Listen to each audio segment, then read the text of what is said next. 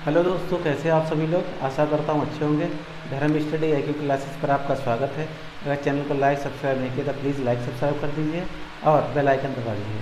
तो दोस्तों, हम बात कर रहे थे प्रस्तावना की। प्रस्तावना ऑब्लिक उद्देशिका, प्रस्तावना कहिए चाहे उद्देशिका कहिए, ठीक है।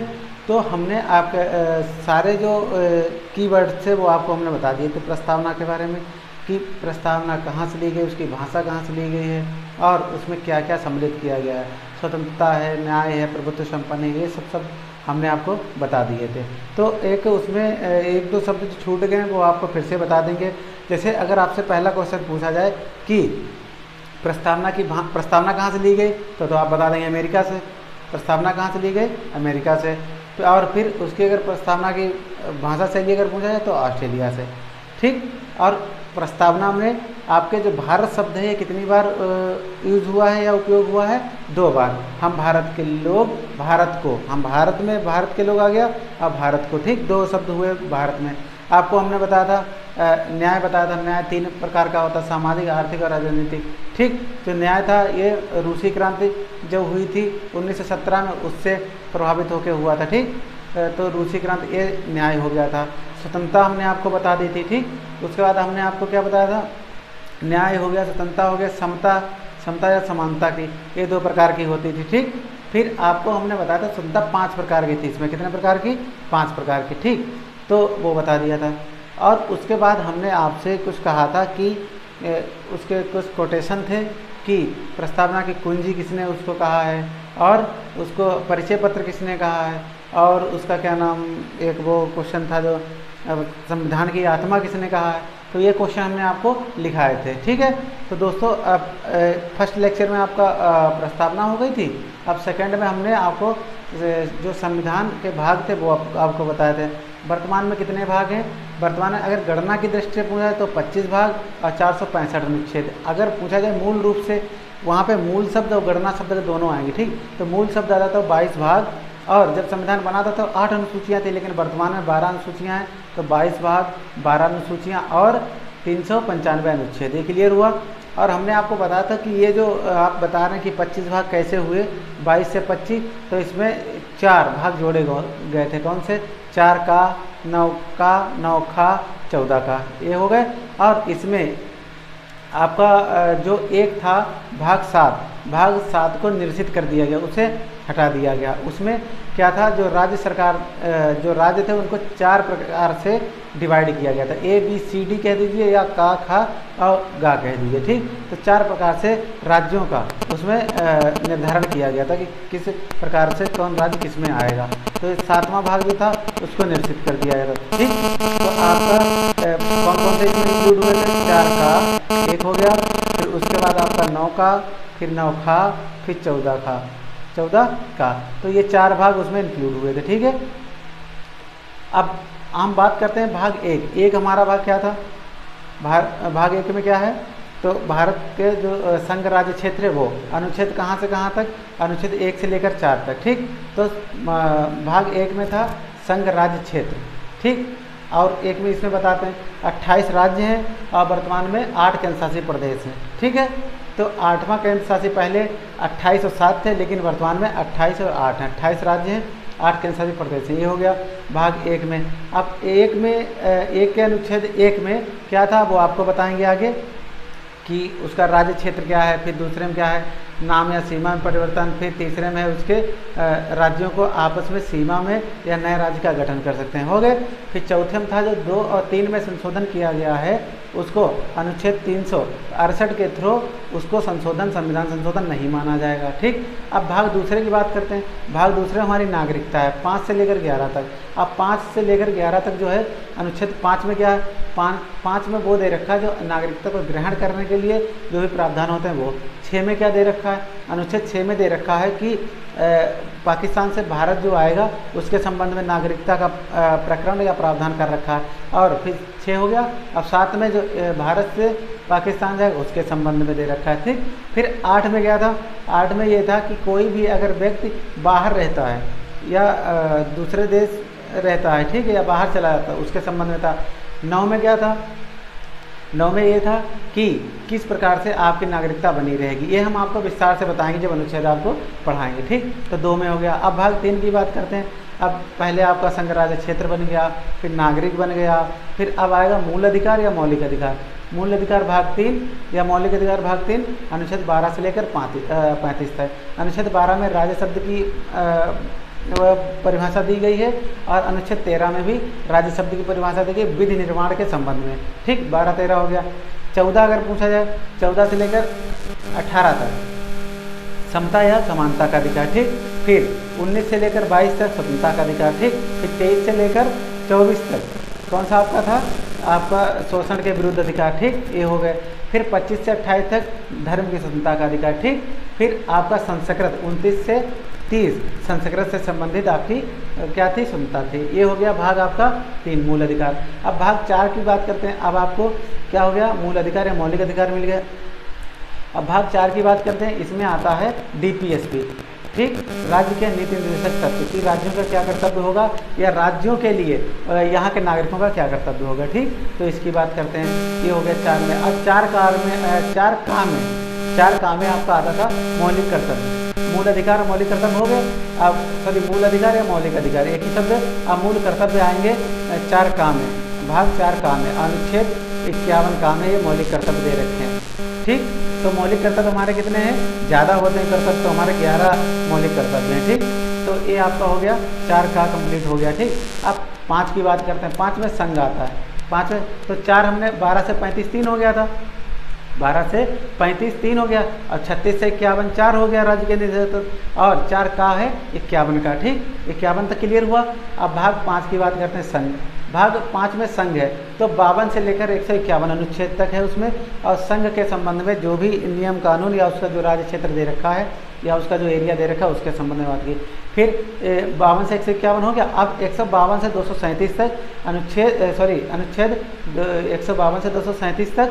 अब भाग कौन सा है, 6 में क्या आता है, अब संघ हो गया, अब राज्य आएगा। अब क्या आएगा, राज्य आएगा। और भाग 7 की बात करते हैं। इसको निरसित कर दिया गया 1956 में, 7वां संविधान संशोधन हुआ था 1956 में, इसको निरसित कर दिया गया। ठीक, अब भाग 8 की बात करते हैं।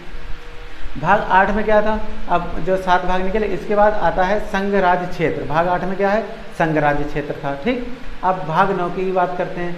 भाग 9 में आपका क्या था, पंचायतें थी। 9 में क्या था, पंचायतें थी।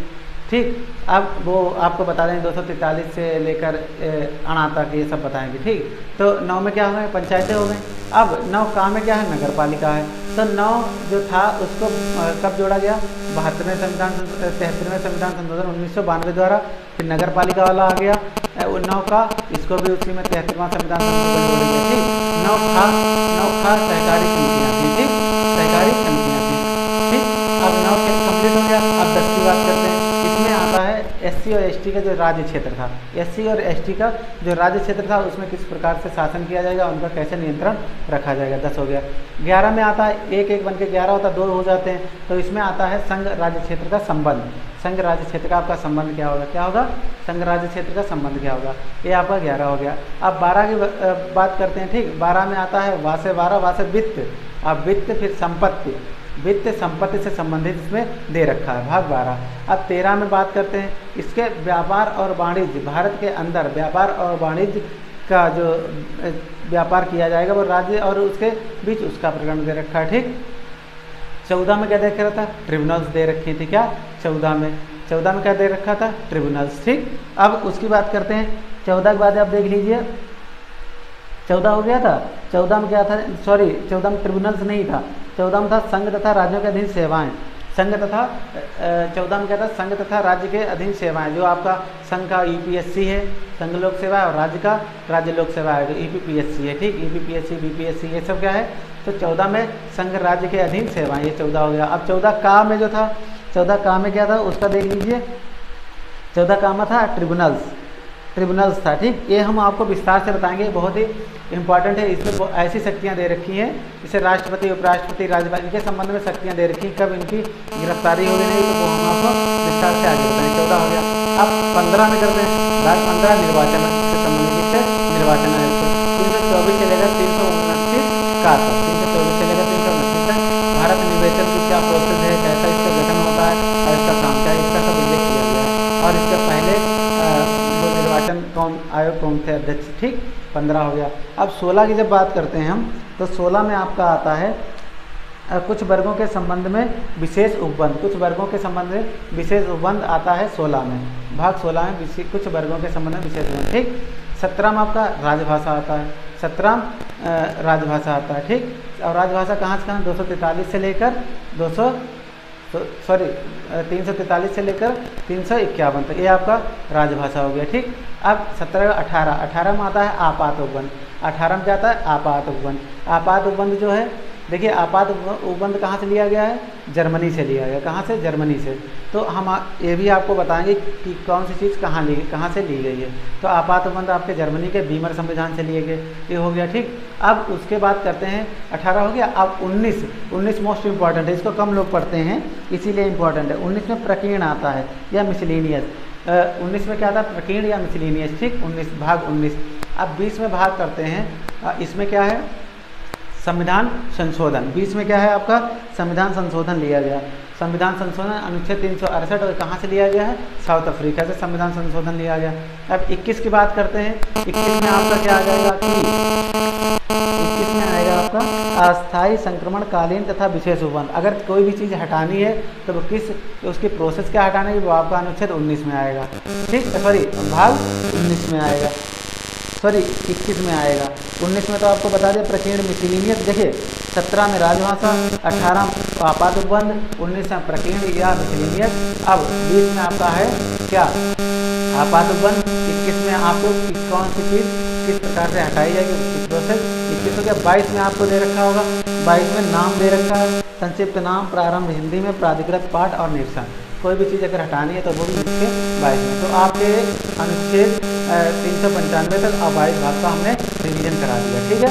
अब हम बात करते हैं, आज का अपना नया टॉपिक है अनुसूची, शेड्यूल ऑफ कॉन्स्टिट्यूशन, ठीक। कॉन्स्टिट्यूशन शेड्यूल, जो भारतीय संविधान में अनुसूचियाँ दे रखी हैं। अनुसूचियाँ क्या, अनुसूचियाँ में प्रोसेस दे रखा है कि किस प्रकार से किसको वेतन भत्ते और क्या शामिल किया जाएगा, ये सब दे रखा है। तो हम बात करते हैं, जब मूल संविधान में अगर पूछा जाए कितनी अनुसूचियाँ थी तो 8 थी, लेकिन वर्तमान में 12 अनुसूचियाँ हुई। कितनी हो गई, 12 अनुसूचियाँ। 1 सेकंड रुकिए जरा, ठीक। कितनी दे रखी थी, पहले 8 थी, यहाँ वर्तमान में 12 अनुसूचियाँ और 395 अनुच्छेद हो। क्लियर। तो अब हम बात करते हैं, आपका आज का टॉपिक है जो अनुसूचियाँ, शेड्यूल्स। और इसका पहली अनुसूची में है, पहली अनुसूची क्या है, 28 राज्य और 8 केंद्र शासित प्रदेश। पहले 7 थे लेकिन वर्तमान में 28 राज्य और केंद्र शासित प्रदेश है। इसमें अगर आप लिखना चाहें तो एक इम्पॉर्टेंट है अगस्त 2019 में, अगस्त 2019 में जम्मू कश्मीर एक राज्य, अभी तक इतिहास में ऐसा हुआ किसी भी राज्य को हटा के राज्य से उसको संघ शासित प्रदेश में कन्वर्ट किया गया, तो वो आपका जम्मू कश्मीर था। 5 अगस्त 2019 को इसमें क्या हुआ था, जम्मू कश्मीर को 2 केंद्र शासित प्रदेशों में विभाजित कर दिया था, ठीक। तो जम्मू कश्मीर को 2 में कर दिया, ये पहली बार हुआ, इसलिए याद रखना। आपका एक आ गया जम्मू एंड कश्मीर और दूसरा आपका आ गया लद्दाख। दूसरा क्या आ गया, लद्दाख। अब इसमें कितनी सीटें हैं कितनी नहीं वो आपको हम विस्तार से बताएंगे। तो पहला हमारा देख लीजिए, अगस्त 2019 में जम्मू कश्मीर को 2 केंद्र शासित प्रदेशों में विभाजित कर दिया गया। एक आपका आ गया जम्मू कश्मीर और दूसरा आ गया लद्दाख, ठीक। तो 28 राज्य और 8 संघ राज्य क्षेत्र हो गए। क्लियर। इसमें अब आप बात करते हैं, ये 19 वाला, ये इंपॉर्टेंट है अगस्त 2019 वाला, क्योंकि ये पहली बार हुआ है, याद रखिएगा, ठीक। अगस्त 2019 में किस राज्य, ऐसे पूछेगा कि किस राज्य को विघटित करके या विखंडन करके उसको संघ राज्य क्षेत्र में बनाया गया, तो जम्मू कश्मीर। कौन कौन सा, श्रीनगर और लद्दाख, सॉरी जम्मू कश्मीर और लद्दाख, ठीक। 2 हो गए। अब दूसरे में बात करते हैं सेकंड अनुसूची, जो सेकंड शेड्यूल है हमारा, दूसरी अनुसूची। उसमें हमारे वेतन भत्ते और पेंशन आता है, वेतन भत्ते और पेंशन आता है। किसमें, अनुसूची 2 में। अब वेतन भत्ते और पेंशन याद रखना, पेंशन शब्द पूछा जा चुका है, वेतन भत्ते और पेंशन, ठीक। ये द्वितीय अनुसूची आ गया। अब इसमें जितने भी हैं आपके, जितने भी संवैधानिक पद पर जो बैठे हैं उनका सबका, जैसे आपका अब कौन कौन से इसमें वेतन भत्ते और पेंशन है, देखो राज्यपाल, राष्ट्रपति, ठीक। सॉरी, पहले राष्ट्रपति, फिर उपराष्ट्रपति, फिर राज्यपाल, फिर लोकसभा अध्यक्ष, विधानसभा अध्यक्ष, फिर राज्यसभा का सभापति और और बताइए आप विधान परिषद का जो अध्यक्ष होता है वो, और इसमें एक इम्पॉर्टेंट है कैग। कैग याद रखना, कैग बहुत इंपॉर्टेंट है। कैग अनुच्छेद इसका 148 है, ठीक। Controller auditor general of India, महानियंत्रक लेखा परीक्षक, ये अनुच्छेद 148 में, इसका वेतन भी इसी में आता है, ठीक। अनुच्छेद तो आपका राष्ट्रपति हो गया, ठीक, फिर आपका राज्यपाल हो गया, ठीक, राष्ट्रपति, राज्यपाल, फिर आपका लोकसभा अध्यक्ष, फिर उपाध्यक्ष, फिर विधानसभा का अध्यक्ष, उपाध्यक्ष, विधान परिषद का अध्यक्ष, उपाध्यक्ष, ठीक। अब इसमें एक इम्पॉर्टेंट चीज़ ये है कि इसमें उपराष्ट्रपति का वेतन शामिल नहीं होता है। उपराष्ट्रपति का वेतन शामिल नहीं होता, उपराष्ट्रपति का वेतन शामिल नहीं होता। किसमें? इसमें। क्यों नहीं होता? उपराष्ट्रपति को उपराष्ट्रपति के तौर पर वेतन नहीं मिलता है, उसे राज्यसभा के सभापति के तौर पर उसे वेतन मिलता है। तो ये आपका समझ गए। अगर ये पूछा जाए कि उपराष्ट्रपति को वेतन कहाँ से दिया जाता है, तो इसमें आपका दूसरी अनुसूची में नहीं आएगा। अगर यहाँ पे लिख दिया जाए कि राज्यसभा को जो सभापति होता है वही उपराष्ट्रपति होता है, उसको वेतन कहाँ दिया जाए, तो आपका सेकेंड शेड्यूल आ जाएगा या दूसरी अनुसूची आ जाएगी। क्लियर? अब दो में हमारा क्लियर हो गया, ठीक। अब इसमें क्लियर हुआ। और जितने भी उच्चतम न्यायालय या उच्च न्यायालय के जो न्यायाधीश हैं, जो उच्चतम न्यायालय और उच्च न्यायालय के न्यायाधीश या मुख्य न्यायाधीश हैं, उनका भी वेतन, भत्ते और पेंशन इसी से आएगा। किससे आएगा? इसी से आएगा। ये दूसरा हो गया। अब तीसरे में बात करते हैं, अब तीसरी अनुसूची की बात करते हैं। तीसरी में शपथ दे रखा है। तीसरी में क्या दे रखा है? शपथ। तीसरी में क्या दे रखा है? शपथ। अभी यहाँ यही इसमें को हटा के अब बता रहे हैं, ठीक। तीसरी में क्या दे रखा है? शपथ। अब शपथ क्या है इसमें? तीसरे में जो संवैधानिक, अब शपथ देख लिए। तीसरे में क्या है? इसके अंतर्गत विभिन्न संवैधानिक पदाधिकारियों द्वारा, इसके अंतर्गत विभिन्न संवैधानिक पदाधिकारियों द्वारा ली जाने वाली या ग्रहण करने वाली शपथ का उल्लेख किया गया अनुसूची 3 में, ठीक है। अब इसमें सभी की शपथ का उल्लेख कर रखा है, लेकिन कुछ ऐसे पद हैं जिनकी शपथ का उल्लेख नहीं कर रखा है, उनके लिए संविधान में अलग अनुच्छेद दे रखा है। जैसे आपका देखिए राष्ट्रपति, उपराष्ट्रपति, राज्यपाल, ठीक। इसमें कौन कौन सा आएगा? आपका राष्ट्रपति की शपथ नहीं होती है, राष्ट्रपति, फिर उपराष्ट्रपति, ठीक, फिर आपका राज्यपाल, इनकी शपथ का उल्लेख इसमें नहीं है, इसमें उल्लेख इसका नहीं है, ठीक। समझ गए? गलत मत करिएगा।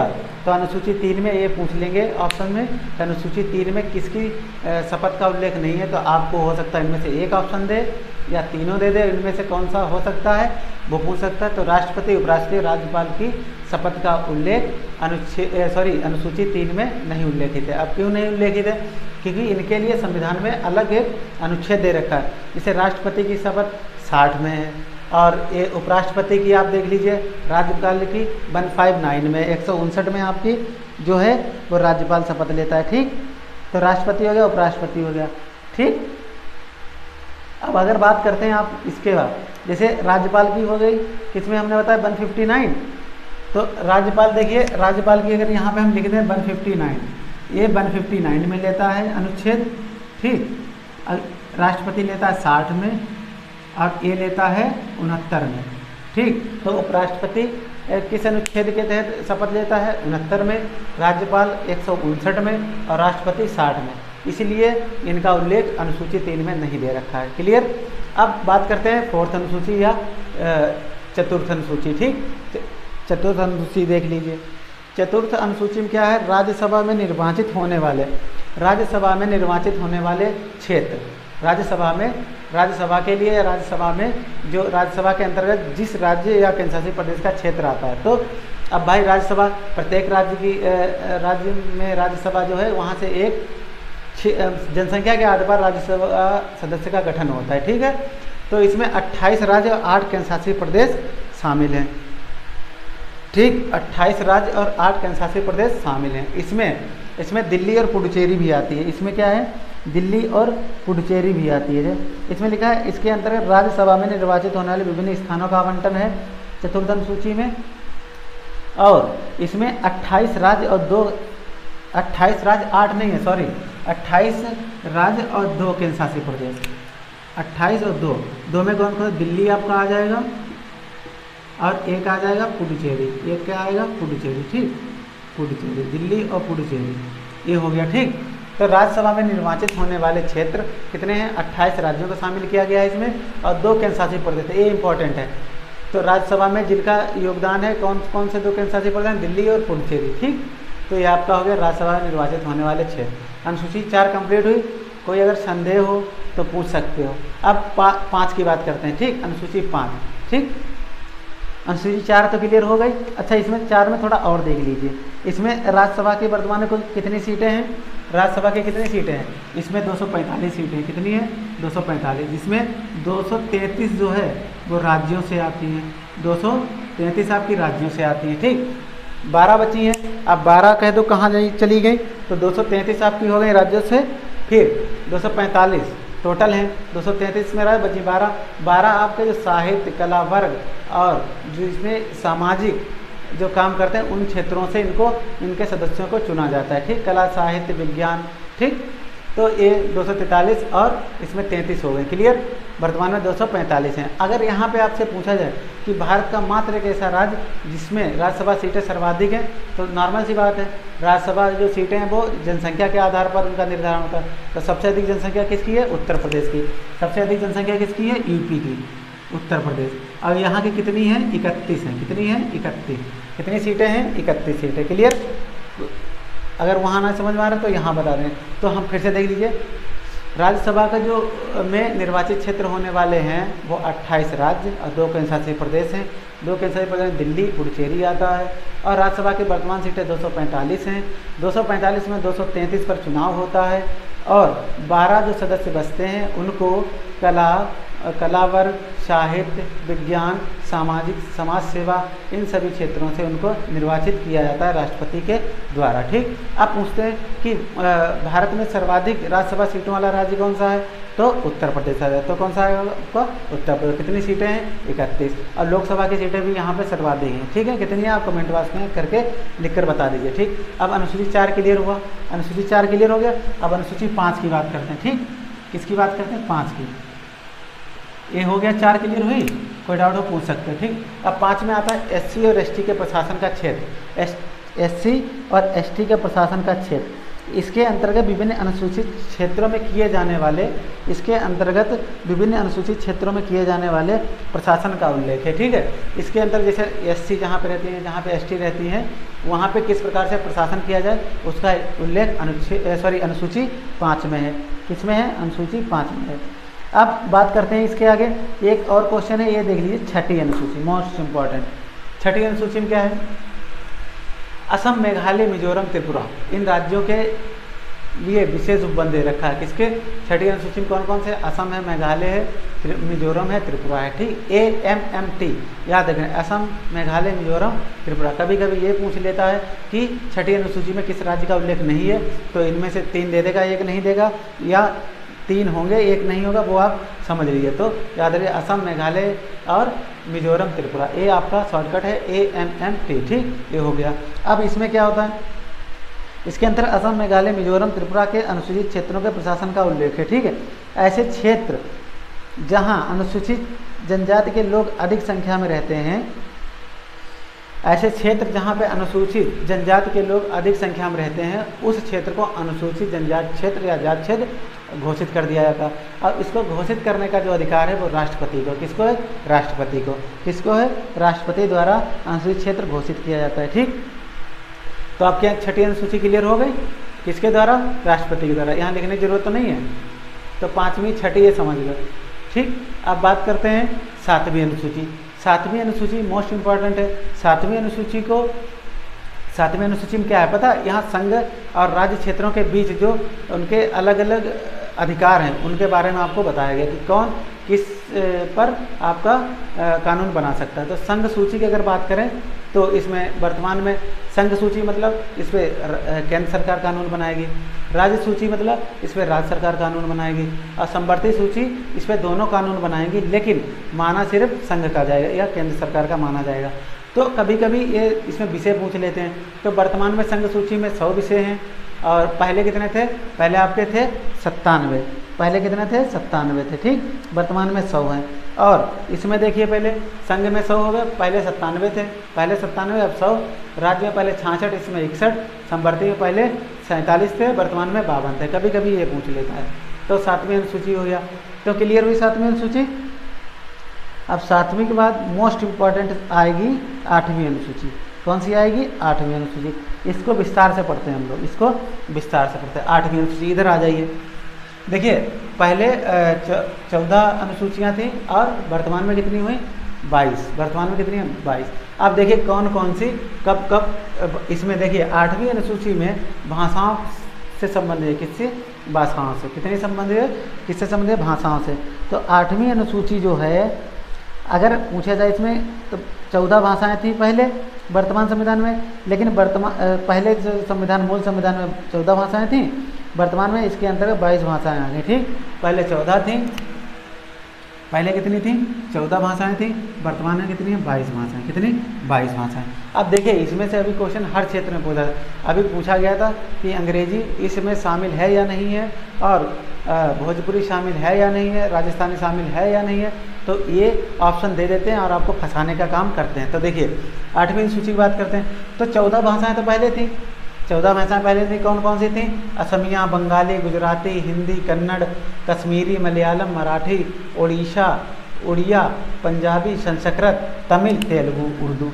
देखिए संस्कृत को अंडरलाइन कर ले, है इसमें, उर्दू भी है, हिंदी भी है। ये 3 तो मोस्ट इंपॉर्टेंट है इसमें। किसमें? 8वीं अनुसूची में इनका उल्लेख है। ठीक, देखिए इसमें राजस्थानी भी नहीं आता है, गुजराती भी नहीं आता है, याद रखना। तो सॉरी गुजराती आती है, गुजराती तो आती है लेकिन राजस्थानी नहीं आती है, इंपॉर्टेंट है।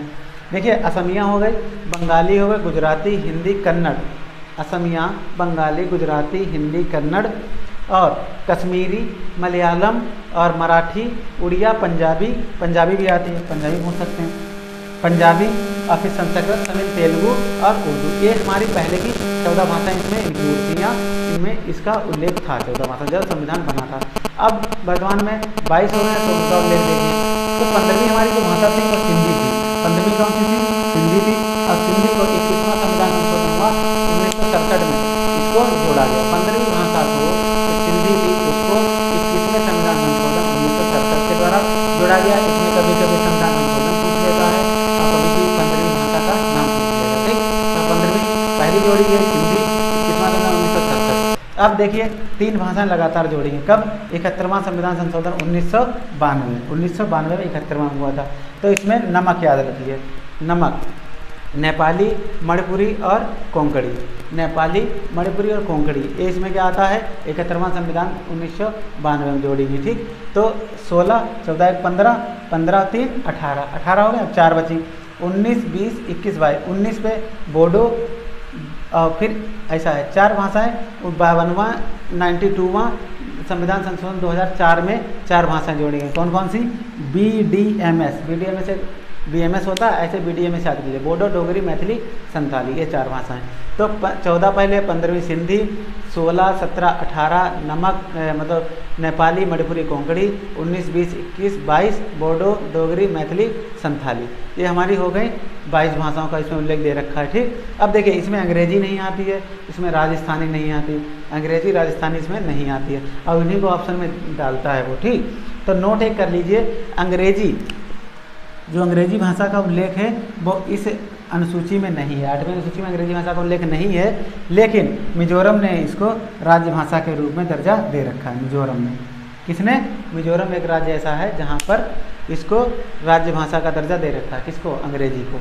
ठीक, इसलिए इसको अंग्रेजी ही ऑप्शन में डालता है। अभी कोई एग्ज़ाम हुआ था उसमें डाला था यार, कोई एंट्रेंस एग्जाम था उसमें दिया था, तो अंग्रेजी ऑप्शन में था, तो अंग्रेजी गलत करके बहुत लोग चले आए। सोचा अंग्रेजी तो संविधान में भी चलती है, हर जगह चलती है, तो अंग्रेजी होगी, लेकिन नहीं है, अंग्रेजी नहीं है, राजस्थानी नहीं, याद रखना। बाकी ये भाषाएं क्लियर हो गए। अब 9 अनुसूची 9 कंप्लीट, सॉरी 8 कंप्लीट हुई। अब बात करते हैं अनुसूची 9 की। किसकी बात करते हैं? अनुसूची 9 की। तो अनुसूची 9 को देख लीजिए। अनुसूची 9 में क्या है? इसको प्रथम संविधान संशोधन 1951 के द्वारा जोड़ा गया, नंबर 1। इसको प्रथम संविधान संशोधन 1951 में जोड़ा गया, और इसमें 284 विषय हैं, 284 विषय हैं। अब इसमें क्या है? इस अनुसूची में इसलिए इम्पोर्टेंट है कि सम्मिलित विषयों को न्यायालय में चुनौती नहीं दी जा सकती है।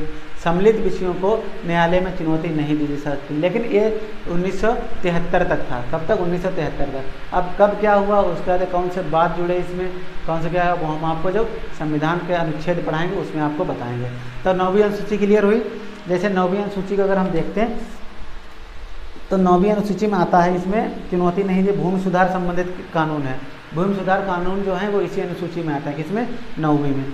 अगर एक दो आपको बात बताएं तो कामेश्वर सिंह बनाम बिहार राज्य, कामेश्वर सिंह बनाम बिहार, पटना उच्च न्यायालय में इसके संबंध में उसको क्या किया था, जो याचिका थी वो जारी, सभी भूमि सुधार कानूनों को संविधान के विपरीत मानते हुए कुछ रद्द किए गए थे। ठीक, तो इसमें कामेश्वर सिंह बनाम बिहार राज्य हो गया। फिर दूसरा अगर आप देखेंगे तो इसमें एक शंकरी प्रसाद वर्सेज भारत संघ 1951, शंकरी प्रसाद वर्सेज भारत संघ 1951 का उन्होंने चुनौती दी थी। ठीक है, चुनौती के आधार पर, ठीक, प्रथम संविधान संशोधन करके।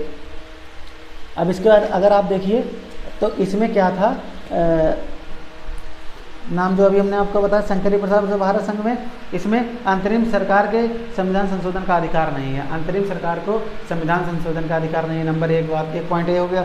दूसरा था न्यायिक पुनरावलोकन की संगति, इसमें अगर कोई भी मामला गलती से उसका डिसीजन गलत हो जाए तो उसको पुनर्विचार करके उसको उसका दूसरा आदेश किया जा सकता है। ठीक, तीसरा था उच्चतम न्यायालय में मामला विचाराधीन है, अभी भी इसमें उच्चतम न्यायालय में विचाराधीन मामला। तो इसमें पहला आप देख लीजिए कामेश्वर सिंह, वाद कौन कौन से हैं, पहला देखिए कामेश्वर सिंह बनाम ऐसे वर्सेज पटना, बिहार लिख दो। ठीक, कामेश्वर सिंह वाला एक हो गया, इनका एक कब था कामेश्वर सिंह वाला, कामेश्वर सिंह वाला आप देख लीजिए, इनका बिहार राज्य हो गया 1951 में, इनका भी था बिहार राज्य कब था, 1951 में, 1951, ये आपका कामेश्वर सिंह हो गया, क्लियर। और दूसरा एक देख लीजिए शंकरी प्रसाद वाला, शंकरी, ठीक, दूसरा था हमारा शंकरी प्रसाद वर्सेज भारत संघ, शंकरी प्रसाद वर्सेज भारत संघ। ठीक, शंकरी प्रसाद वर्सेज भारत संघ, ये भी 1951 में हुआ था, ये भी 1951 में। तो इनसे ये दो बात हो गए। अब देखिए एक मोस्ट इम्पॉर्टेंट एक ये था कि इसमें वर्तमान समय में 284 कानून 9वीं अनुसूची में, कितने, 284। अब यहाँ पे बात आती है केशवानंद भारती का, आपने नाम सुना होगा, केशवानंद भारती बनाम केरल राज्य। ठीक, तो केशवानंद भारती क्या थे, केरल के मठाधीश थे, ये एक केशवानंद क्या थे, एक केरल के क्या थे, मठाधीश थे।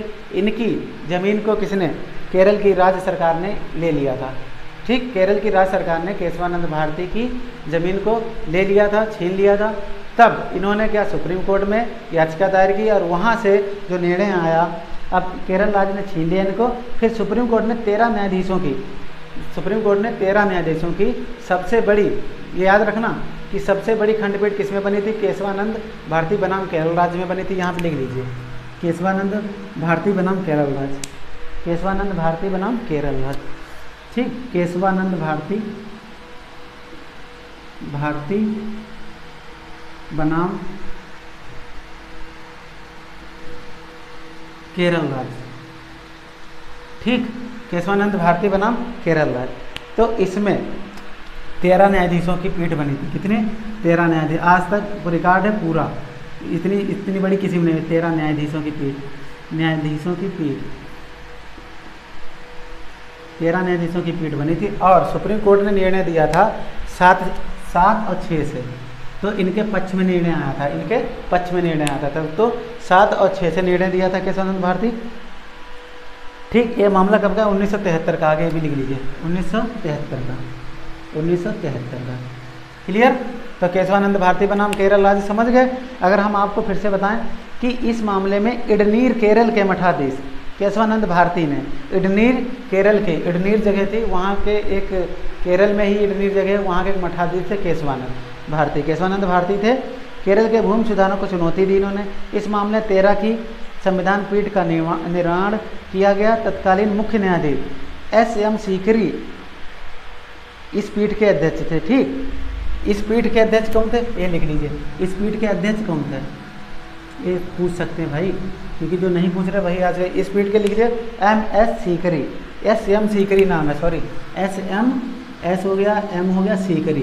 ये इसके संविधान पीठ निर्माण जो पीठ बनाई गई थी इनके केशवानंद भारती बनाम केरल राज्य के संबंध में संविधान पीठ बने, उसके अध्यक्ष SM सीकरी साहब थे। कौन थे, SM सीकरी साहब। और कब हुआ था, 1973 में हुआ था। ठीक, क्लियर।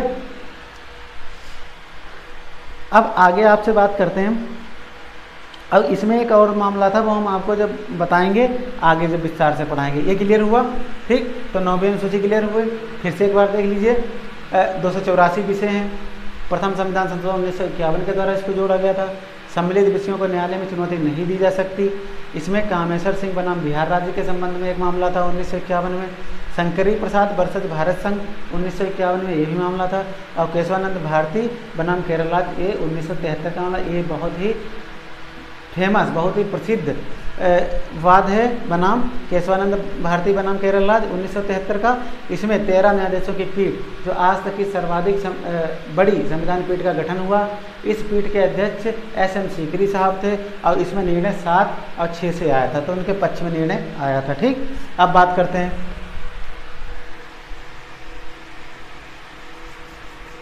ठीक, अब 9 क्लियर हो गया। अब 9 के बाद देखिए, अब 9 के बाद आता है 10वीं। अब कौन सी आती है? 10वीं। कौन सी? 10वीं।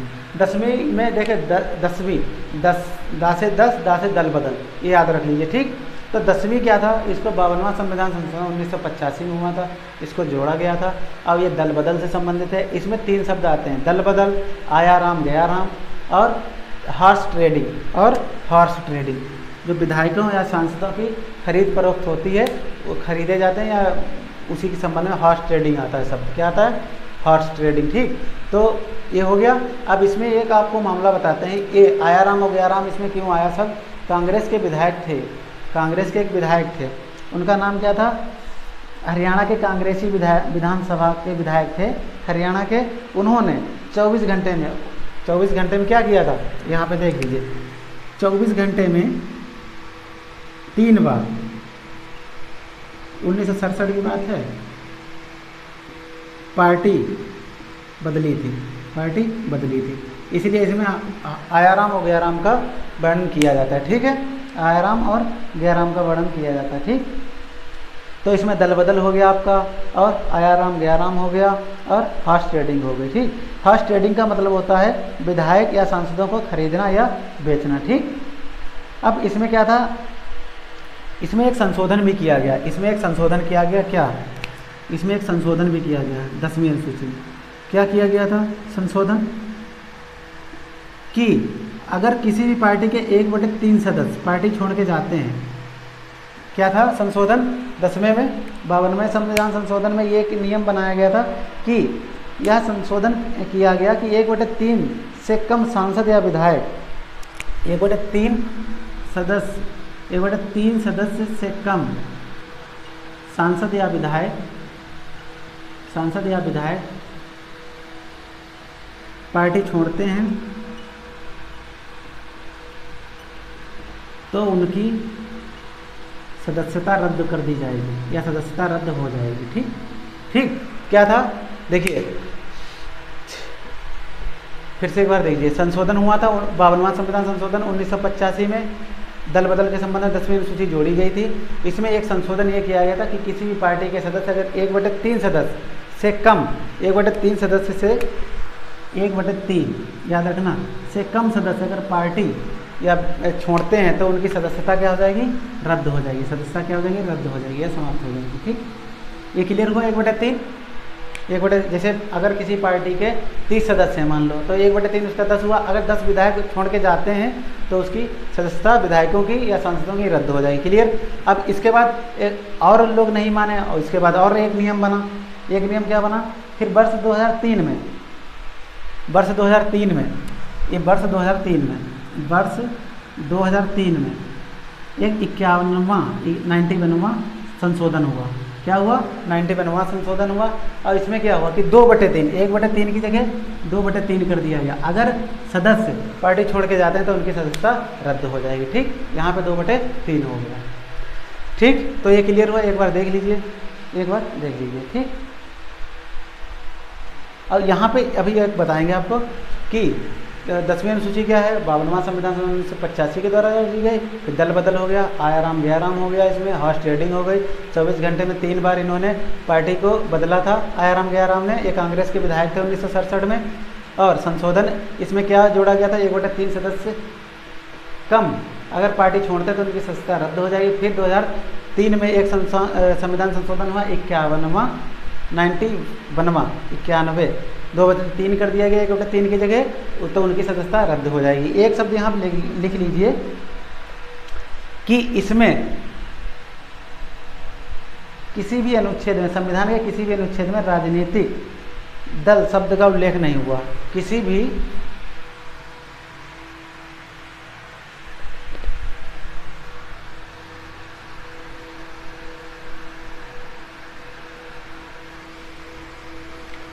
लिख लीजिए, किसी भी संविधान के किसी अनुच्छेद में,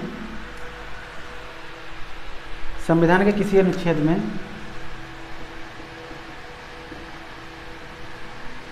संविधान के किसी अनुच्छेद में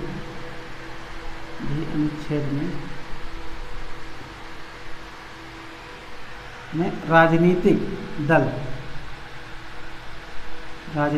दल शब्द का उल्लेख नहीं हुआ है। याद रखना, कहीं भी पूरे संविधान में किसी भी अनुच्छेद में, ठीक, उल्लेख नहीं है राजनीतिक दल का।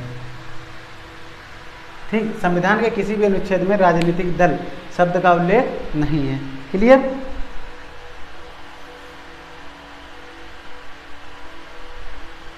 और दल बदल के संदर्भ में प्रथम शिकायत संबंधित सदन के अध्यक्ष अथवा सभापति को की जाएगी। ठीक, अब आपकी ये 10 क्लियर हो गई। अब 10 के बाद आते हैं 11। 10 के बाद आते हैं 11। ठीक, 11 में क्या है देखिए,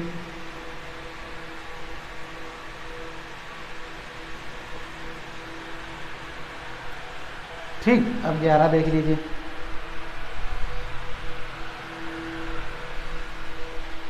इसको हटाते हैं, फिर यहाँ पे लिखता रहेगा।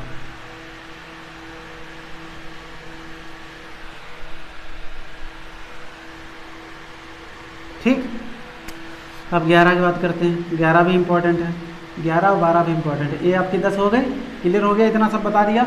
अब 11 की बात करते हैं। 11 में क्या है, 11वीं जो अनुसूची है ये पंचायतों से संबंधित है। किससे? पंचायतों से। इसको 73वें वहाँ संविधान संशोधन 1992 हुआ था, इसको जोड़ा गया था। और इसमें 11 में 9 2 क्या होते हैं, 11 होते हैं। तो इसमें वर्तमान में कितने विषय हैं? 29 विषय हैं। कितने हैं? 29 विषय हैं। अब 11 में क्या है, 11 में आपको बताया गया होगा कि इसमें जो पंचायत हैं, पंचायत से संबंधित जो कानून है उसके संबंध में सब उल्लेख किया गया है। ठीक, इसमें कुछ बताने की ज़्यादा जरूरत नहीं है। अब 12वीं की बात करते हैं। ठीक, 12वीं अनुसूची। अब जब 11वीं आपकी हो गई पंचायतों से संबंधित, तो 12वीं किससे हो जाएगी? 12वीं नगर पंचायतों से। किससे? नगर पंचायतों से। किससे हो जाएगी? नगर पंचायतों से। ठीक, 12वीं लिख लीजिए, 12वीं का यहाँ पे लिख लीजिए। ठीक, 12वीं अनुसूची। ठीक, इसमें कितने विषय हैं? 18 विषय हैं। कितने? 18 विषय हो गए। और किससे है? वो हो गए पंचायतों से, ये नगर पालिका से, ये नगर पालिका से। ठीक, इसमें 18 विषय हो गए, ज़्यादा कुछ बताना नहीं। तो 11वीं अनुसूची पंचायतों से, 12वीं हो गई अबर आपकी नगर पालिका से। क्लियर?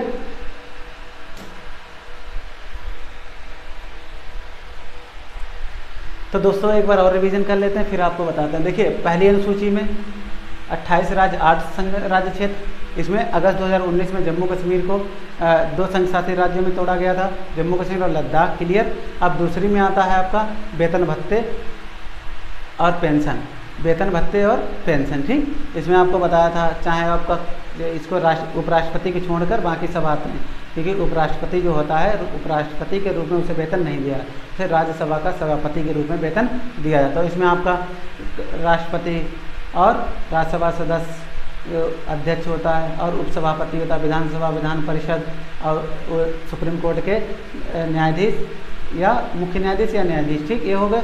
और आपका कैग भी हमने बताया था, महानियंत्रक लेखा परीक्षक। ठीक, ये हो गया।